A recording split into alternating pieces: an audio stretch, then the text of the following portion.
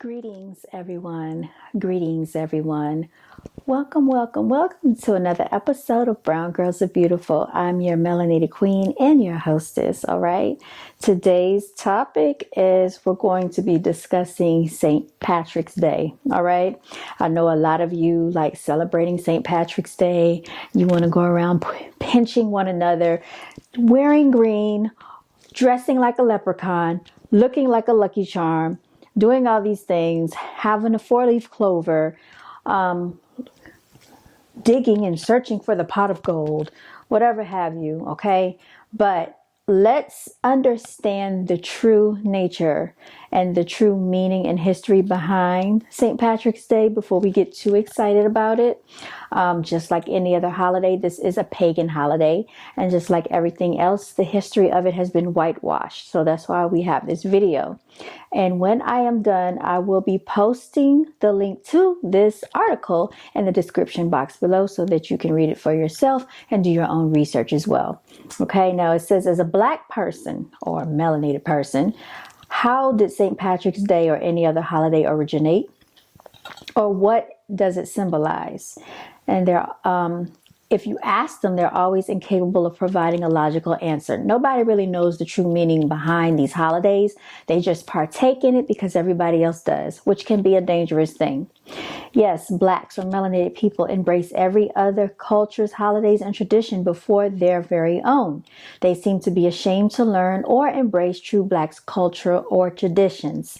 St. Patrick's Day, originally a Catholic holiday, it evolved into a secular holiday now celebrated worldwide on March 17th. It honors St. Patrick. Birth name was Maewyn Sakat. He was a Christian missionary who supposedly rid Ireland of snakes during the 5th century, but also a Romanian born in Britain and an atheist until the age of 16 years old. According to legend, the patron saint of Ireland chased slithering reptiles into the sea after they began attacking him. In some texts referred to as snake people. Patrick was supposedly born 35 AD and died March 17, 461 AD. Contrary to the tales of Patrick driving snakes out of Ireland, snakes were certainly not chased out of Ireland by St. Patrick, who had nothing to do with Ireland's snakes-free status. Ireland is one of only a handful of places worldwide, including New Zealand, Iceland, Greenland, and Antarctica, that Indiana Jones and other snake-averse humans can visit without fear. All right? So Nigel Monaghan, the keeper of natural history of the National Museum of Ireland in Dublin, says at no time has there ever been any suggestion of snakes in Ireland. There was nothing for St. Patrick to banish, Monaghan said. Snakes literally couldn't reach Ireland. Most scientists point to the most recent ice age, which kept the island too cold for reptiles until it ended 10,000 years ago. After the ice age, surrounding seas may have kept snakes from colonizing the Emerald Isle, but snakes have not existed in Ireland for thousands of years. Britain, which had a long bridge to mainland Europe until about 6,500 years ago, was colonized by 3 snake species, the venomous adder, the grass snake, and the smooth snake. But Ireland's land linked to Britain was cut some 2,000 years ago, earlier by seas swollen by the melting glaciers. Monaghan noted, animals that reached Ireland before the sea became an impassable barrier, included brown bears, wild boars, and lynx, but snakes never made it, he said. Snake populations are slow to colonize new areas, Monaghan added. All right, so right there, we factor in a lie, okay? They're lying. Now, it says, having a history predating the Greco-Roman Judeo timeline history of Adam and Eve by more than 10,000 years, the Twa people journeyed all over Earth, spreading to Northern Ireland, Germany, and the rest of Europe, even Asia. Twa were known for their headdress and their hair, whom many grew into locks that looked like snakes. All right, that's where we get the snake people from. All right.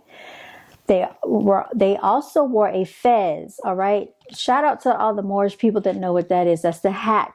It looks like when you graduate and you have that little thing hanging from it, or a head covering that depicted the Kemet symbols known as Uraeus or cobra raised to strike, which is the same snake image you see worn as Menes by the queens and kings of ancient Kemet or Egypt.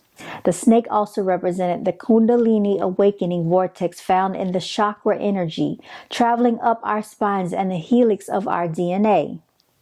It is important to note, in addition to Twa, some names for melanated African people are Naga, Nagar, and Negas, which loosely means serpent people or people of the serpent.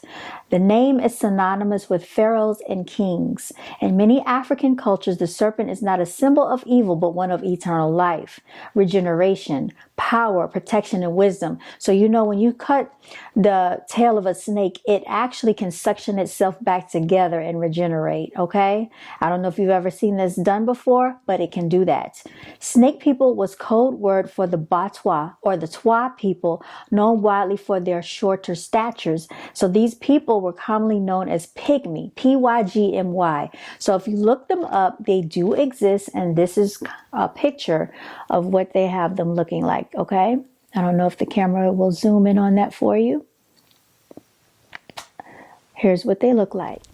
All right, y'all, so let's get back to it. With that being said, does this sound familiar? Does this sound like something that went on with the Native Americans in the United States, North America? Does this sound similar to the Tasmanian devil and the Tasmanians in Australia? Yes, all of this sounds familiar. Twa had great knowledge of herbs and other wisdom, which was considered magic by Europeans, later symbolized by the magic dust of the leprechaun. Yes, the origin of leprechauns are for African Twa. Have you ever witnessed an Irish person wear red, black, and green? No, you'll never see that, okay? All right, so you will see melanated people dressed up like Irish people, but you won't see Irish people dressed up with red, black, and green. You won't see that, okay? You won't see it. So anyway, here it says, you won't. When you celebrate St. Patrick's Day, you're celebrating African genocide, and this holiday is clearly an effort to cover up the genocide of the indigenous people of Ireland, just like they have in Australia, which I said that, just like they have in the United States, I pointed that out, and just like they have in any African land they have ever stepped foot on. So before you drink green beer when you get off work this evening or go to a shamrock shake, just know that those who are aware of the true history behind St. Patrick's Day often frown upon and look down on Black people who celebrate the holiday out of ignorance. Blacks will make statements like, "What's the harm? It's just for fun," not knowledgeable that they are the joke of the party. Blacks must put forth effort in discovering the origins of these holidays and traditions. Blacks must put an into agenda set against them. Black culture follow these brainwashing traditions because they do not think for themselves and they believe anything placed before them. African people and European holidays are mental genocide for African souls, and I agree wholeheartedly.